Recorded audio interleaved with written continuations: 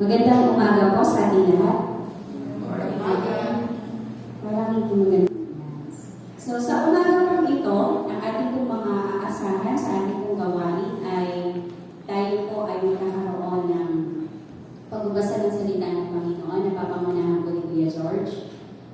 Sa ating pong groupings, yung groupings po natin after na po ng service po natin gagawin at yung pagpapanalangin sa isa't isa. Then may question po tayo na ipopost later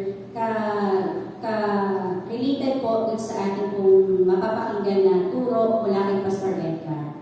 So sa umaga po ito, samahan niyo po ako sa pananalangin sa ating Panginoon bilang pagsisimula ng ating gawain sa umaga. Ating po purihin ang Diyos, ating pong sambitin ang pagpapasalamat sa Kanya sa umaga. Hallelujah. We praise you, Father. We glorify you.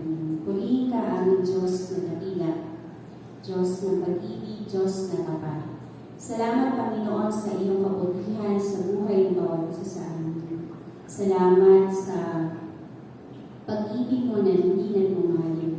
Salamat, Panginoon, sa mga pagsubok na aming pong nararanasan na nagpapatibay ng aming pong pananampalataya sa iyo. Tunay nga po ng iyong katapatan sa bawat isa sa amin na hindi matatawaran. Lord, patuloy nga po na aming pong dalangin sa umagang ito ang pagkilos ng iyong banal na Espiritu sa aming pong kalagitnaan. Maibigay po namin ang pinakamataas na papuri at pagsamba sa iyong pangalan, sa aming pong pag-aawitan, sa aming pong pagbabasa ng iyong salita, sa aming pong pagkinig ng iyong salita. Tunay nga po, O Diyos, na ikaw po ang mangusap sa bawat isa sa amin. Sa salita mo na aming pong mapapakinggan sa umagang ito, maging buhay ito sa puso ng bawat isa sa amin. Maisa pamuhay po namin ang iyong mga salita. Tunay nga po na sabi mo nga po sa iyong mga salita, maging doers kami ng iyong salita. Maging tagapagpaganap po kami ng salita mo na aming po mapapakinggan sa umagang ito. Ito po ang aming pong samot dalangin sa pangalan ng Yesus Kristo. Amen. Sama-sama po tayo umawit sa ating pong Panginoon sa umagang ito. Kung saan po kayo mas komportable, kung yung gawin natin. Kung nais po na nakaupo, nakatayo, yun po yung gawin natin. Higit sa lahat, ang ating pong tignan ay yung ating pong puso sa ating pong pananambahan sa ating Panginoon sa umagang ito. Sabi po sa mga awit 105, napakabuti ni Yahweh, pag-ibig niya ay walang hanggan, pag-ibig niya ay tunay, laging tapat kay Yana. Yung awitin po natin ngayon ay dito po nakafocus kung gaano kabuti ang ating Panginoon sa buhay ng bawat isa sa atin.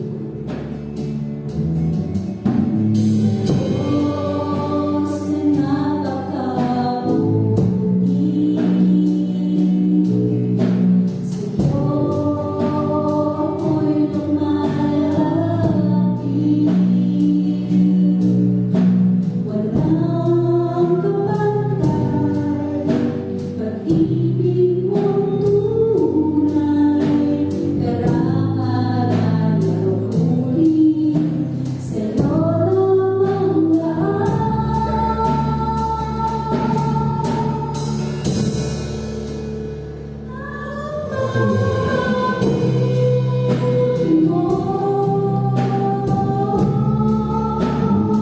aming Diyos Ama.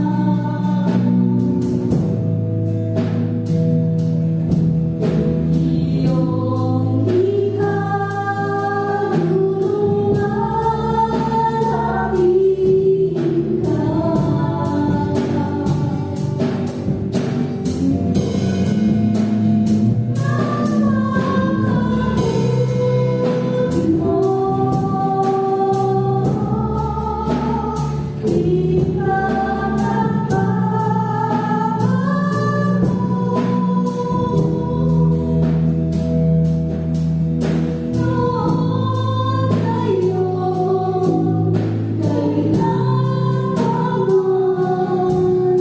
sa buhay ko'y tapat. Yes, Lord, tuloy nga po na napakaulit mo ang Diyos. Ikaw ay maghuli sa aming pong pagkikita, sa aming pong kasaganahan. Ikaw ay maghuli sa aming parangnaman, sa aming pong kalakasan. Ikaw ay maghuli sa lahat ng panahon. Salamat, Panginoon, sa iyong kapatawaran. Salamat, Panginoon, sa iyong kabubuhan sa buhay ng bawat isa sa amin. Salamat, Panginoon.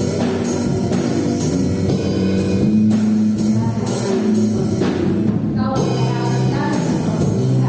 Ikaw ay karapat-dapat sa bigyan. Pinakamataas na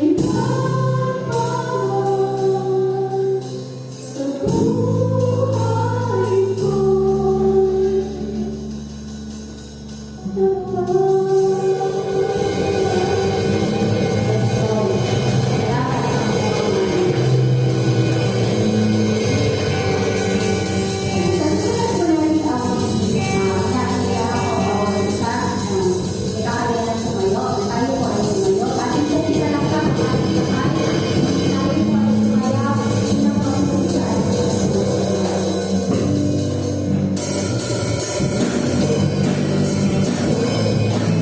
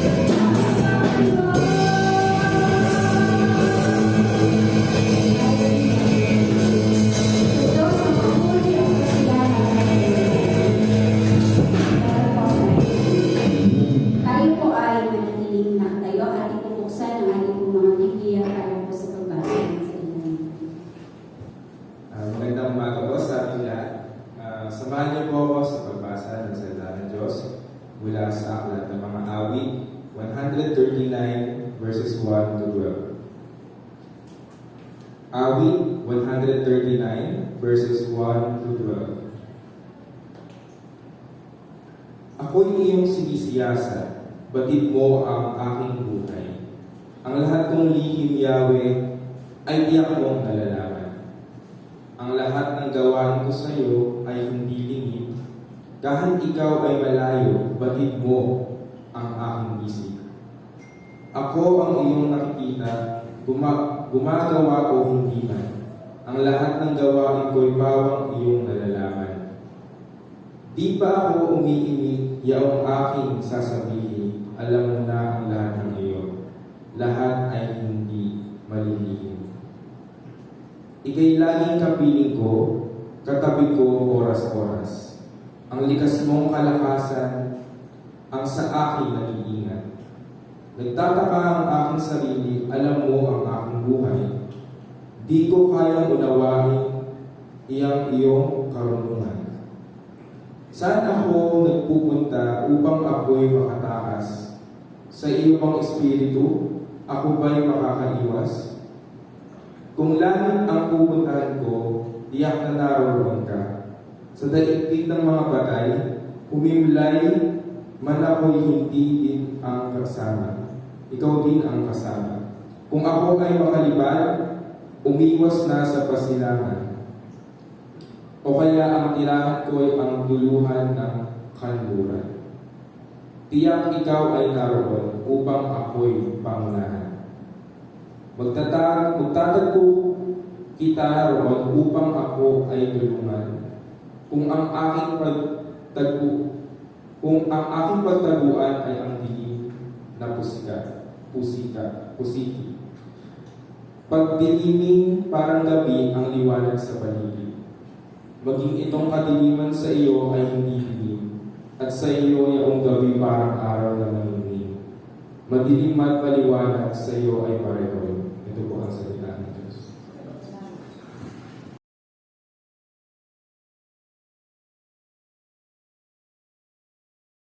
Hello and good morning sa inyong lahat at purihin si God sa umagang ito at ating pagpapatuloy ang ating series na God at ngayong umaga ay itutuloy natin yung ating pangalawang bahagi. No? This is the second part of what we studied last time na God our Good Shepherd.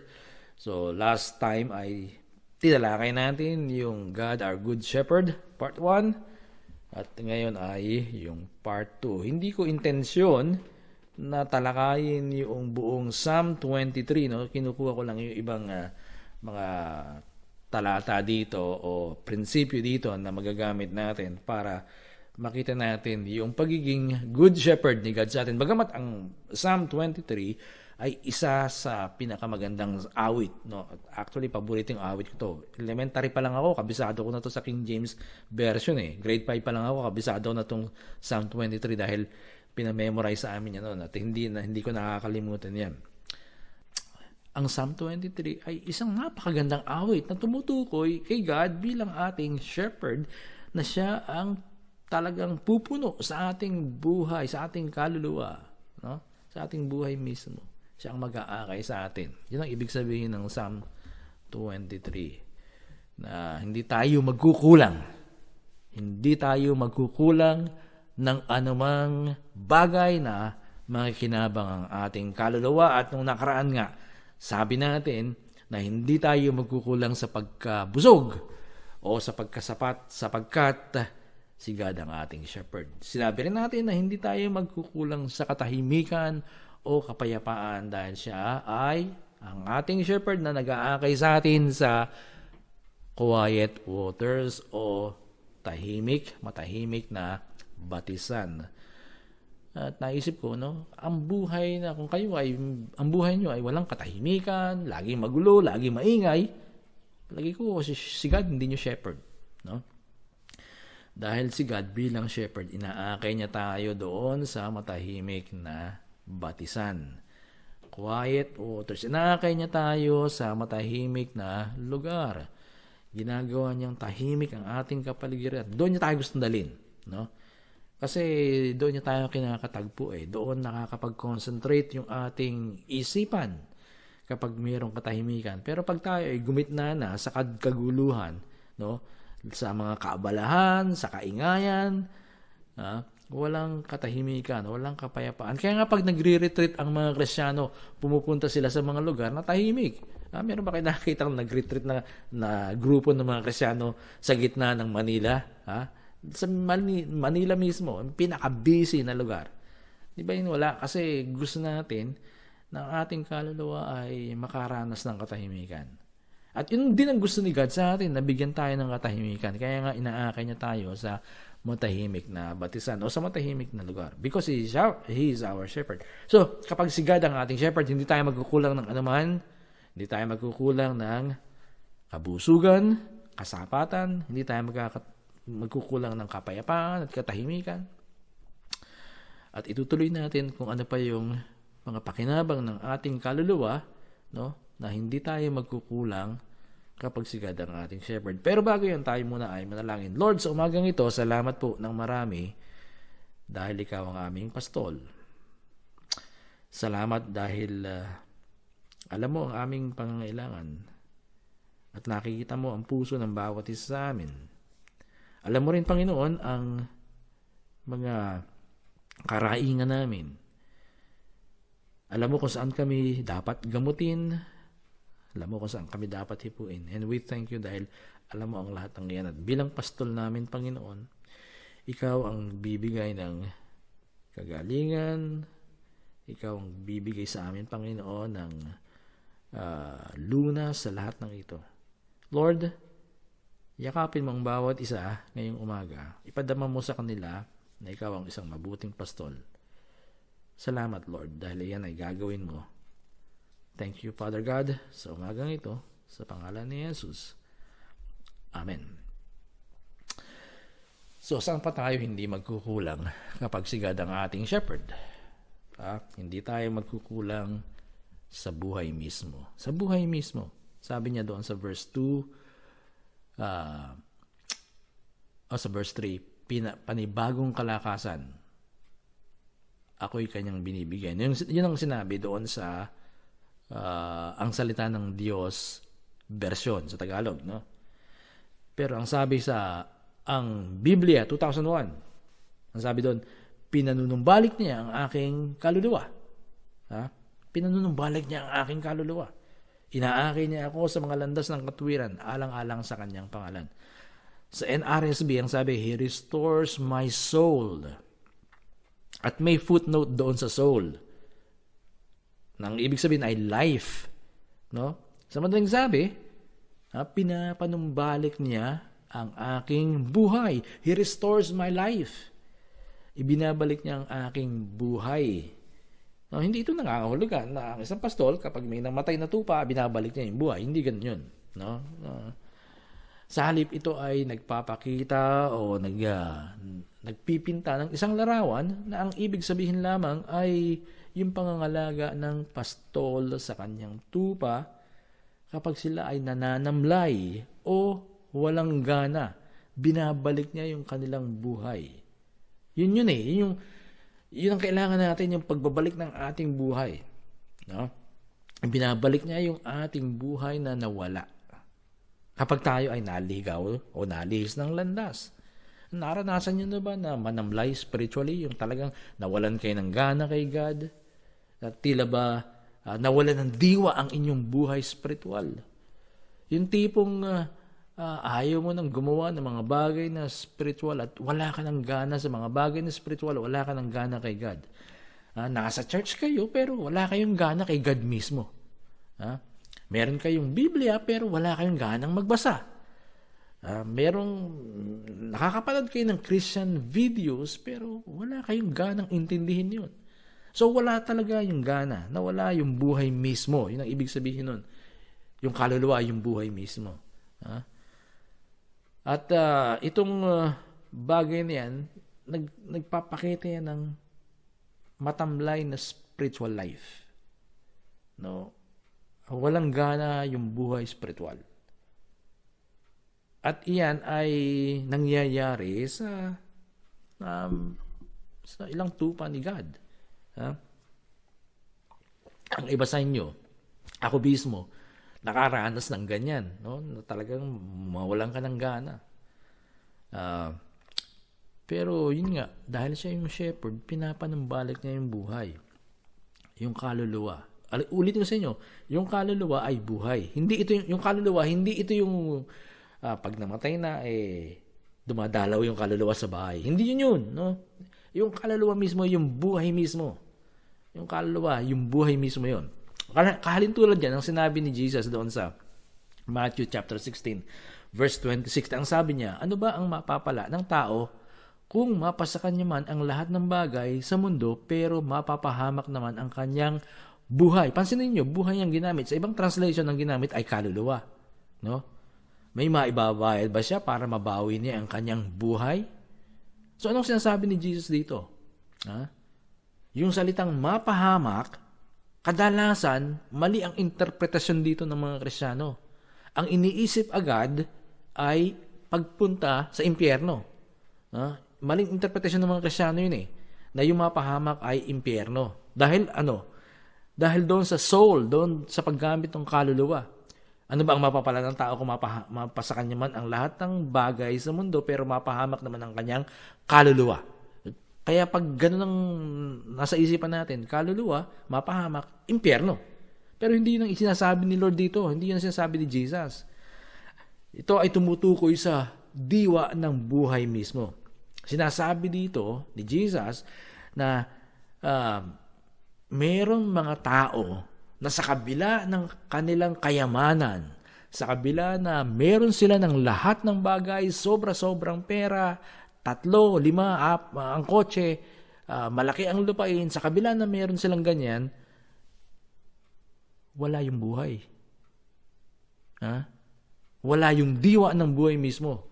Napariwara yung buhay, ibig sabihin. Napariwara yung buhay. At mayroong mga taong ganyan. Ang isang halimbawa dyan nga ay si Howard Hughes na isinapelikula yung buhay doon sa The Aviator na ginampanan ni Leonardo DiCaprio. No? Na si Howard Hughes ay isang napakayamang tao pero napariwara yung buhay. Yun ang ibig sabihin ni Jesus, hindi yung pagpunta sa impyerno. At kung ikukumpara natin niya sa buhay ng Kristiyano, tila magkaganyan din ng ilang Kristiyano. No?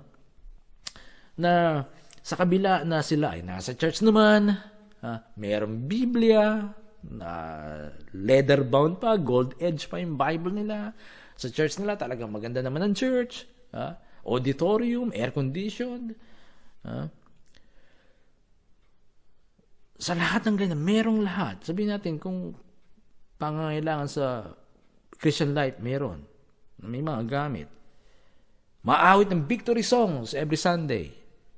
Sa kabila ng mga yan, parang walang gana ang buhay spiritual.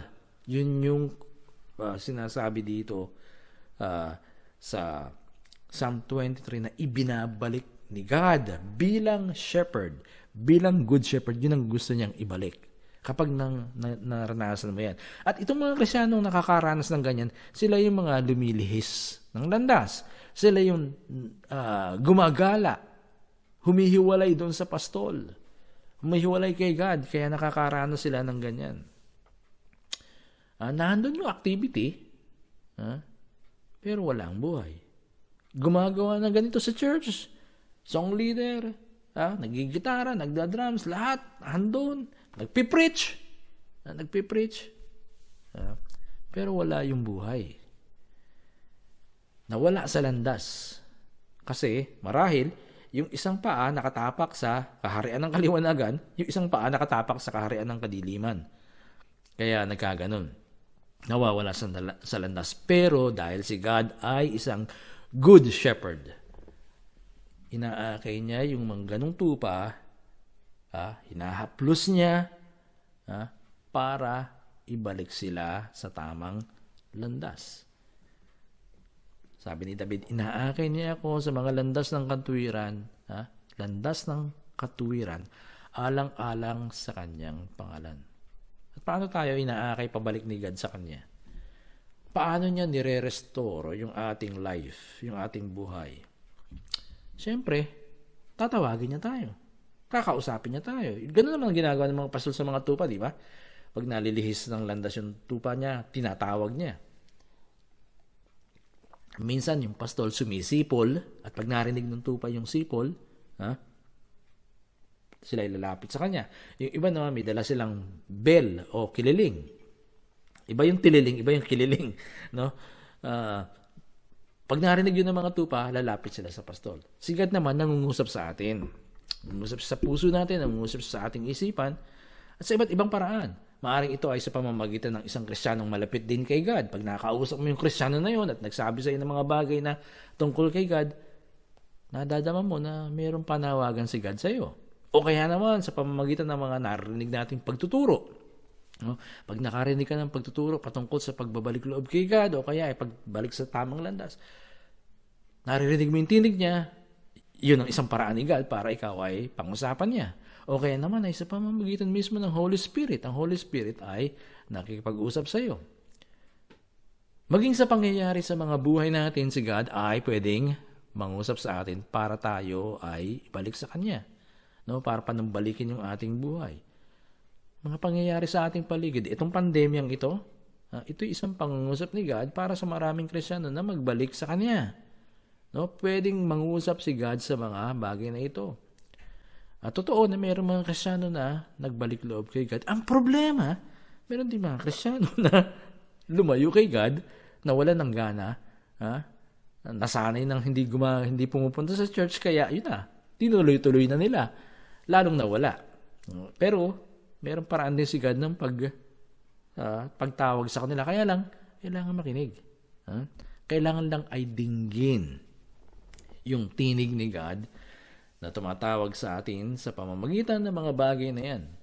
At sabi nga, maraming paraan si God. Basta maging sensitibo lang tayo sa kanyang tinig. Kahit sa mga hayop, sa mga ibon, pwede siyang mangusap sa atin. Hindi limitado ang pangusap ni God sa atin sa Biblia. No? Nangungusap siya sa atin sa Biblia. Pero God can also speak to us. Pwede rin siyang mangusap sa atin sa ibang paraan. Pero ang isang tanong marahil ay maitanong ninyo, mayroon bang mga Kristiyanong nalilihis ng landas? Diba kapag sinabing Kristiyano, dapat sila ay nasa tamang landas na?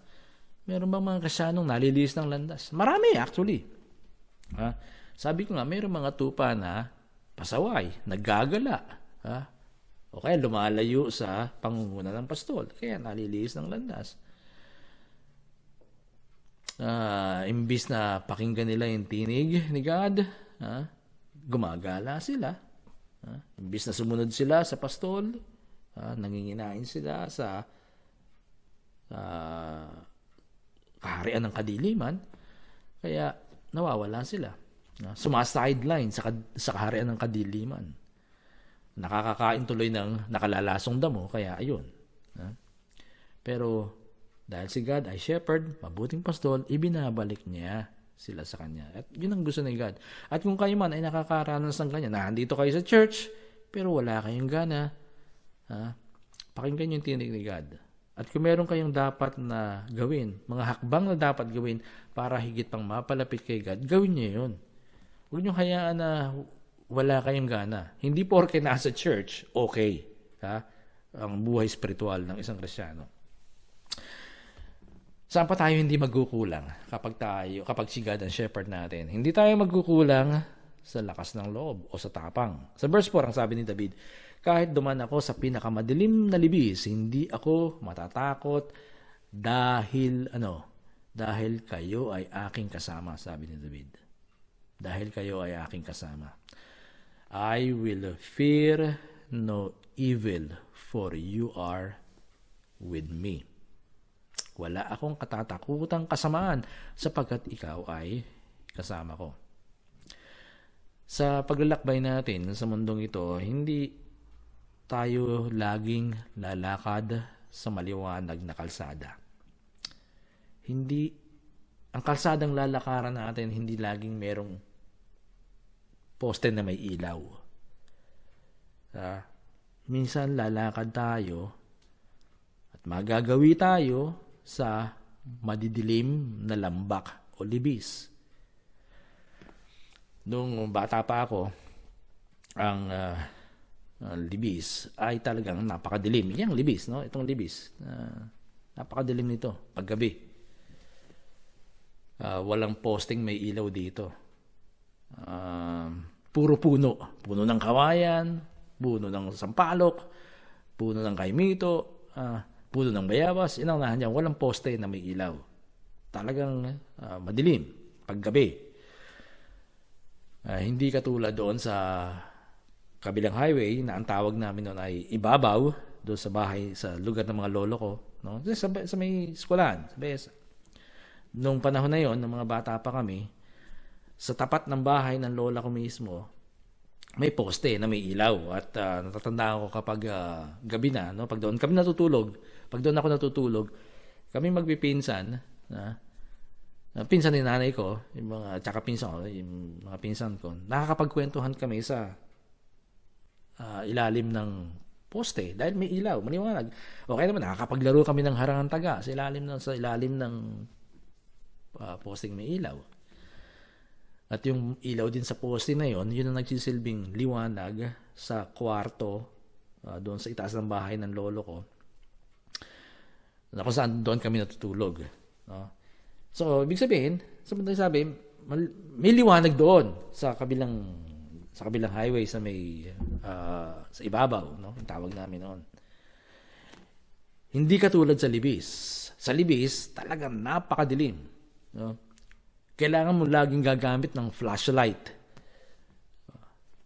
para baka may makita kang ahas kasi talagang gubat, no? Napakadilim dyan sa libis noon. Wala kayong makikitang batang naglalaro, no? Bagay, nung panahon namin siguro, ang bata lang sa libis noon diyan sa lugar namin wala pa kaming 30 bata noon kung tutuusin no? Baka wala pa, baka wala pang 20. Pero nung nagkaroon ng advertisement na BF Goodrich doon sa itaas ng bahay nila Chatora noon, no? Nagkaroon ng liwanag sa ilang bahagi ng libis. At hinihintay namin yun tuwing gabi na. Hinihintay namin bumukas yung advertisement na yun, yung BF Goodrich, kasi umiikot yun yung neon lights. No, yung neon lights noon kasi ginagamit yan sa advertisement. Ngayon, halos wala nang gumagamit ng neon lights Puro LED na. Kaya nga sa Hong Kong, mayroong petisyon Gusto nila ibalik yung mga neon lights kasi nakilala rin ng Hong Kong na sa neon lights. Pero anyway, wala nang yung BF Goodrich na yun, maliwanag yun pag nagsimula ng gumulong yun. Gumugulong na yung parang gumugulong siya pero hindi literal na gumugulong. Yung ilaw niya ganon, no? At nagbibigay liwanag yun. So inihintay namin pag gabi na, inihintay namin bumukas yun. May oras ng pagbukas yung ano na yun yung BF Goodrich. Pero hindi nagtagal yun kasi sinira rin ng bagyo. Pinabagsak ng bagyo yung advertisement na yun.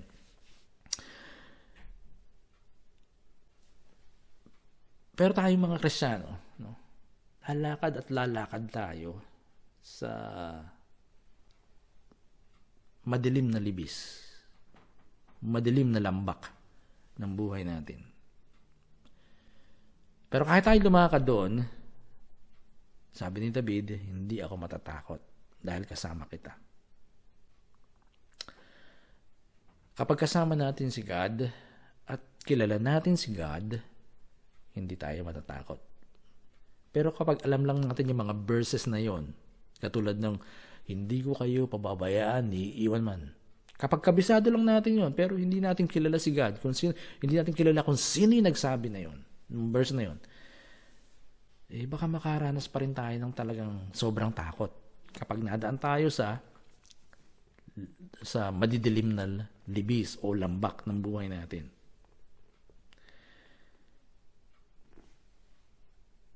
Kahit na ang libis noon ay napakadilim, no? Mayroong pang mas madilim na libis na daraanan ang isang tao sa buong buhay niya, no? Mapalad tayo o mapalad yung mga hindi daraan sa ganun, sa madidilim na libis. Pero maraming tao, maraming Kristiyano ang sumusuong sa madilim na libis ng kanilang buhay.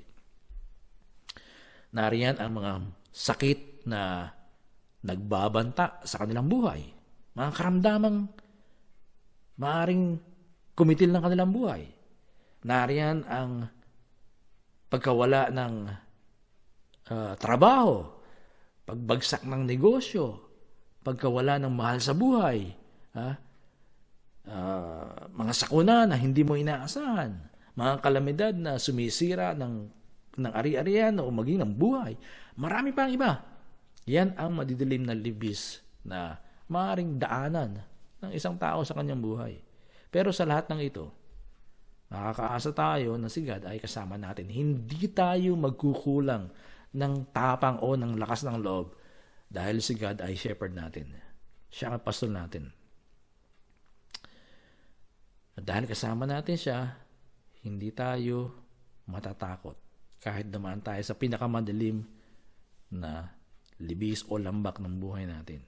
Sabi ni David, wala akong katatakutang kasamaan sapagkat ikaw ay kasama ko. Laging kasama ni David si God. O sabihin na natin, laging kasama ni God si David. Kaya si David mayroong kapanatagan. Naranasan niya yon dahil lagi siyang kasama ni God. Ibig sabihin, laging nakikipag-fellowship si David kay God. Laging nasa isipan ni David si God. At dahil doon, lagi niyang binubulay si God, nakikilala niya si God, alam niya kung paano kumilo si God, at dahil makapangyarihan si God, meron siyang lubos na pagtitiwala. Yun ang sikreto actually. Yun ang sikreto sa pagkakaroon ng tunay na lakas ng loob. Tapang na harapin ang mga madidilim na libis ng buhay natin. Ngayon pa lang, makipag-fellowship na tayo kay God. Alam niyo, di ba, ngayon nasanay na ang mga tao dito sa pandemic. Pero nung una pa lang ito, maraming tao, miski dito, no, mga Pilipino. Sabi ko nga doon sa isang Pilipino, nahandyan lang kami, ha. Basta kung kailangan mo, tawagan mo lang kami dahil nakaranas siya talaga na nagpapanik siya sa loob niya. Halos parang nanghihina na siya dahil sa takot. Ha? Pero kung gagawin pa lang natin ngayon pa lang, no? Nasa pandemic pa rin tayo, pero pinapalakas natin yung ating relationship kay God. Lagi nating kasama si God at lagi tayong kasama ni God sa ating isipan. Meron tayong lakas ng loob. May kapayapaan. Inaakay niya ang ating isipan, ng ating puso, sa katahimikan, sa kapayapaan. Binibigyan niya tayo ng tapang.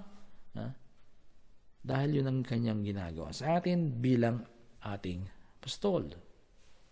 Kaya lagi natin kasamahin si God. Lagi natin kasamahin si God. Maaaring sabihin niyo, Pastor, lagi naman talaga natin kasama si God, di ba? Kasi omnipresent siya. Hindi ganun eh. Hindi ganun. Gusto kong sabihin sa inyo na sa maraming Kristiyano, hindi totoo na lagi nilang kasama si God. Obserbahan niyo, halimbawa, ano ang laman ng isipan ng maraming Kristiyano sa maghapon? Ano ang laman ng kanilang isipan? Si God ba? O iba't ibang bagay? Saan nila mas maraming oras na ginugugol ang kanilang isipan at panahon? Obserbahan niyo yan. Bakit may mga Kristiyano na doble kara ang pamumuhay? Ibig sabihin doble kara, ganito, halimbawa. Alas 7 ng umaga siguro pagkatapos ng debosyon ng Kristiyano ngayon, magpo-post siya ng Bible verse sa Facebook. Alas 7 ng umaga. Post niya sa Facebook niya yung Bible verse. Pero pagdating ng tanghali, ang ipinopost niya na yung pag-atake sa kapwa niya, panlalait sa ibang tao, pamimintas sa ibang kapwa. So, doble kara. Kung kasama si God, magagawa mo ba yun pag alam mong kasama mo si God? Makakapag-post ka ba ng ganon kapag alam mong kasama mo si God? Nasa isipan mo si God? Magpo-post ka ng ganon? Hindi. Kaya ka nakapagsasalita sa kapwa mo ng ganyan. Kaya mo nagagawa sa kapwa mo yung ganon. Dahil wala si God sa isipan mo. So, hindi mo laging kasama si God. So kung ang tanong di ba lagi naman natin kasama si God? Dahil omnipresent siya. Totoo yun. Theologically, God is omnipresent. Pero practically, hindi yan totoo sa buhay ng ilang Kristyano. Dahil nga, paano magagawa yung mga bagay na yon kung talagang kasama mo si God? If your mind is filled with God, kapag ang isipan mo ay puspos ng Diyos, hindi mo magagawa ang mga bagay na ganun. Pero kung nagagawa mo yung mga bagay na ganun, nagpapakita lamang yun na hindi mo shepherd si God o hindi mo kasama si God. Hindi mo friend si God, kumbaga. Anong sabi sa Psalm 25:14? The friendship of the Lord is for those who fear Him. Ang pagkakaibigan ni God ay nandoon sa mga natatakot sa Kanya. When we walk in friendship with God, kapag tayo lumalakad na talagang kaibigan natin si God, lagi natin kasama si God, sa bawat sandali, nasa isipan natin siya. Actually, magagawa natin yun Madidisiplin natin yung sarili natin na lagi nasa isipan natin si God, lagi. At kapag nangyari yun, meron tayong pagkaatubali.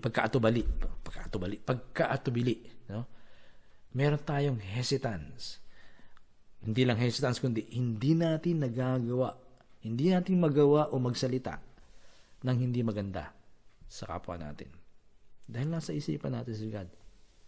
At yung mga Kristiyano na laging kasama si God, meron silang kakaibang lakas ng loob, meron silang kakaibang tapang para harapin at tahakin ang madidilim na landas ng kanilang buhay.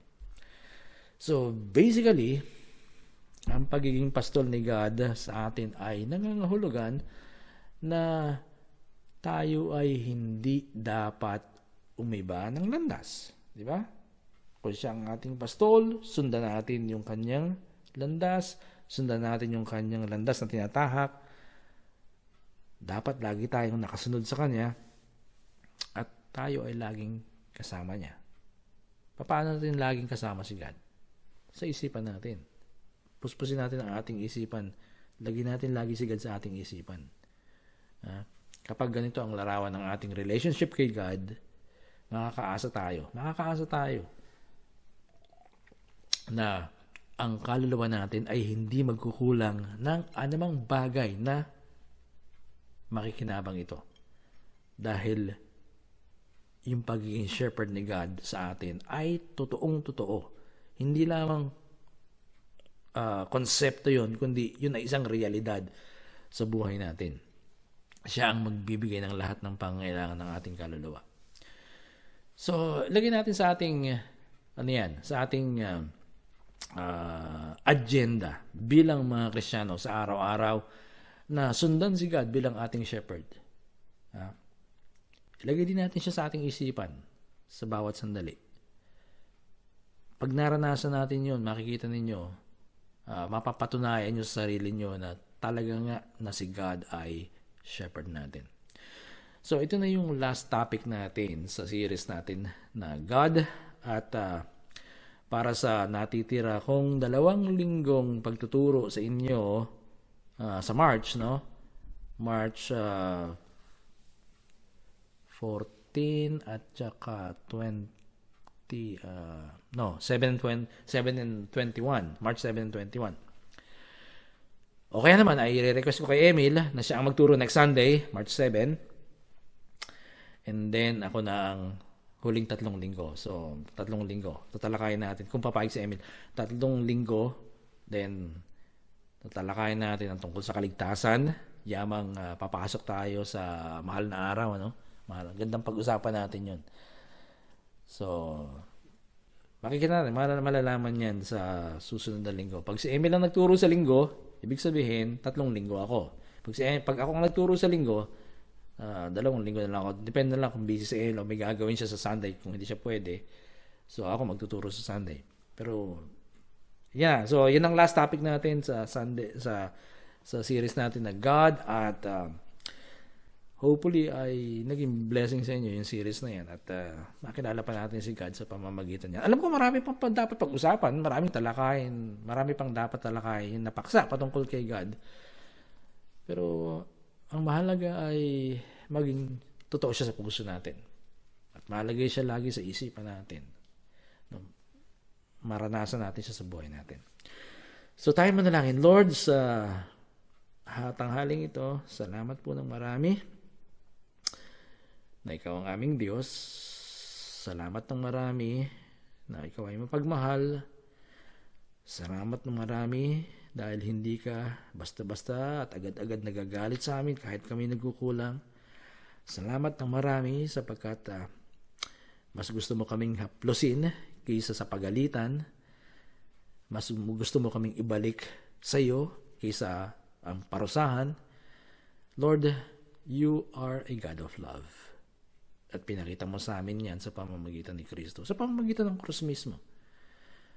Maraming salamat, Lord, sa tanghaling ito. Na mamaranasan ka pa ng bawat isa sa amin ng higit pa, ng mas malalim pa. Sa pangalan ni Jesus. Amen. Amen.